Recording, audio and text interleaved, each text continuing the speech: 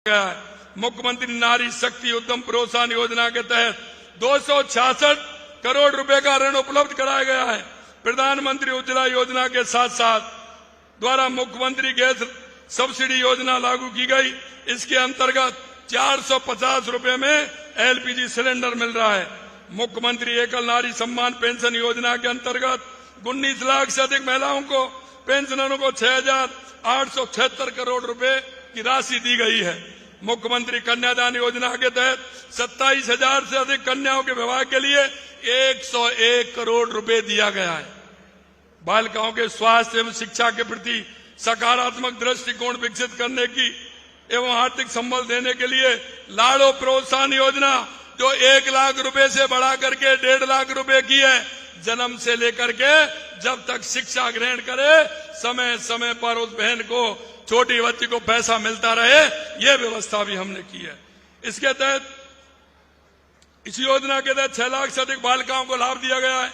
मुख्यमंत्री नारी शक्ति उद्यम प्रोत्साहन योजना के अंतर्गत 266 करोड़ रुपए के ऋण स्वीकृत किए गए हैं। 11,31,000 साइकिलें बेटियों को वितरित की गई हैं। 41,820 स्कूटी दी गई हैं। राजकीय महाविद्यालय में छात्राओं के लिए 30% सीटें क्षेत्रीय रूप से आरक्षित की गई हैं।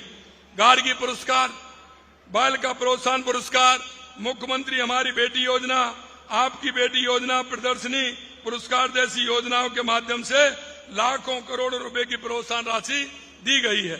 हमने प्रधानमंत्री मातृ वंदना योजना के तहत दी जाने वाली 5,000 रुपए की राशि को बढ़ा करके 6,500 रुपए किया है।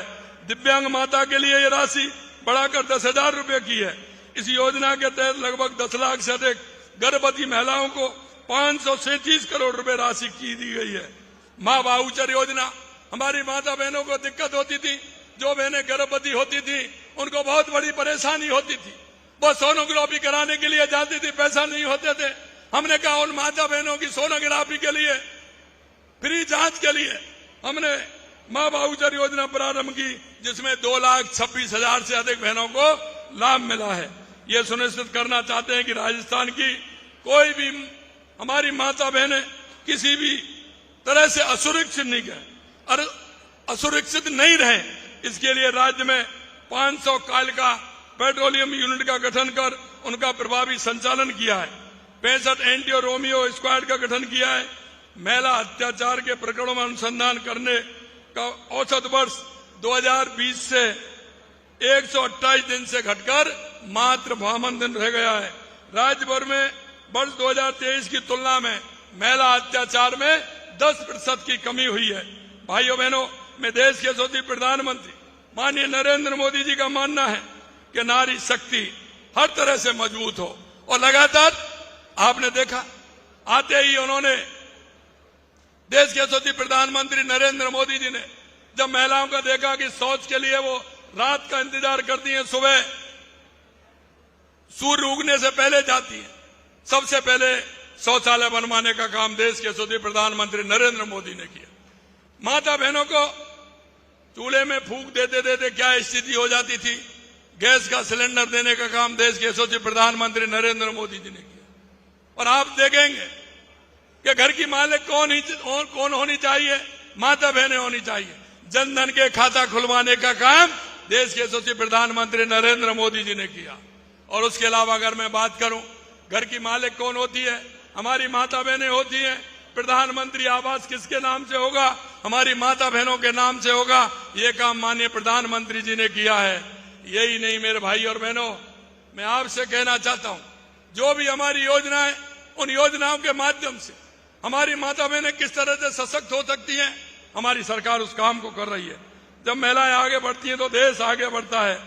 प्रधानमंत्री बनने के बाद उन्होंने महिला की सुरक्षा गर्मा प्राथमिकता को लिया और उन्होंने 12 करोड़ से अधिक शौचालय बनाए।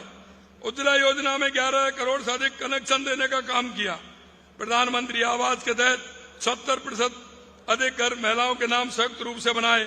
नारी शक्ति बंधन अधिनियम भी हमने लागू किया है, जिसमें अभी मंच पर भी 33% महिलाएं आने वाली हैं। आने वाले समय में सांसद और विधायक भी हमारी माता बहनें बनने वाली हैं। उसके लिए भी माननीय प्रधानमंत्री जी ने किया है। प्रधानमंत्री मुद्रा योजना के तहत लगभग 70% ऋण महिलाओं को मिले।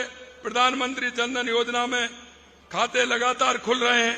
मैं आपसे कहना चाहता हूं मेरे भाइयों बहनों, हमारी सरकार के द्वारा बजट तैयार करने से पहले हमने महिलाओं के ग्रुप को बुलाया, हमने जो हमारी छात्राएं उनको भी बुलाया, जो हमारे ऐसे स्टूडेंट हैं जो प्रतियोगी परीक्षा में भाग ले रहे हैं उनको बुलाया, कोई अगर उद्योग में जाना चाहता है उनको बुलाया। हमने कई ग्रुप बुलाए, हमने राजीविका की बहनों को भी बुलाया, आंगनबाड़ी बहनों को बुलाया, सबको बुलाया और उनकी सबकी समस्याओं को सुना और हमने बजट में प्रावधान किया। क्योंकि हमारी माता बहनें सशक्त होंगी तो निश्चित रूप से हमारा प्रदेश और देश सशक्त होगा। मेरे भाई और बहनों, मैं आपसे इतना और कहना चाहता हूं, महिला कर्मचारियों को चाइल्ड केयर लीव को भी अधिक सुविधाजनक बनाते हुए पहले 3 चरण में देते थे, अब उसने हमने 6 चरण में कर दिया है। प्रदेश में महिला उद्यमियों के लिए बढ़ावा देने के लिए मुख्यमंत्री नारी शक्ति उद्यम प्रोत्साहन योजना के तहत 50 लाख से 1 करोड़ रुपए का लोन हम हमारी उस बहन को दे सकते हैं जो अपना स्टार्टअप, अपना काम करना चाहती है, उनके लिए भी हमने पैसा दिया है। भाई और बहनों, मैं आपको ये भी बताना था, बालिकाओं आत्मरक्षा स्वाभिमान के लिए भी हमने लक्ष्मीबाई केंद्रों के माध्यम से 25,000 कॉलेज छात्राओं को प्रशिक्षित किया है। निःशुल्क साइकिल वितरण भी हमने किए हैं। और मैं अंत में आपसे इतना कहना चाहता हूं मेरे भाइयों कि लगातार हमारी सरकार इस क्षेत्र में काम कर रही है। आज के इस पावन अवसर पर हम सब ये संकल्प लें कि अपने घरों में, अपने समाज में, अपने गांव में कोई भी हमारी माता बहनें हैं जिसको केंद्र और राज्य सरकार की योजनाओं का लाभ देना आवश्यक है। क्योंकि हम भी इस प्रदेश के, देश के नागरिक होने के नाते हमारा भी कर्तव्य बनता है कि हम माता बहनों को वो सुविधा दें, वो लाभ दें और वो लाभ देते हुए उनके जीवन स्तर को कैसे उठाएं, ये भी मैं आपसे कहना चाहता हूं। ये हम सभी को करना है। आज मैं फिर पुनः आप सभी को अंतर्राष्ट्रीय महिला दिवस की हार्दिक शुभकामनाएं देता हूं, बहुत बहुत बधाई देता हूं। और मैं इसके माध्यम से, पीसी के माध्यम से जो पूरे राजस्थान के जिलों से जुड़ी हुई माता बहनें हैं उनको भी मैं धन्यवाद देता हूं कि वो समय निकाल करके आई हैं और हनुमानगढ़ में इतनी बड़ी संख्या में हमारी माता बहनें आई, उनको भी मैं धन्यवाद देता हूं। और मैं यही कहना चाहता हूं अंत में, मातृशक्ति के लिए हम सबको आगे आना होगा। किसी भी तरह की योजना हमारी केंद्र राज्य सरकार की है, उस योजना का लाभ हमारी माता बहनों को मिले।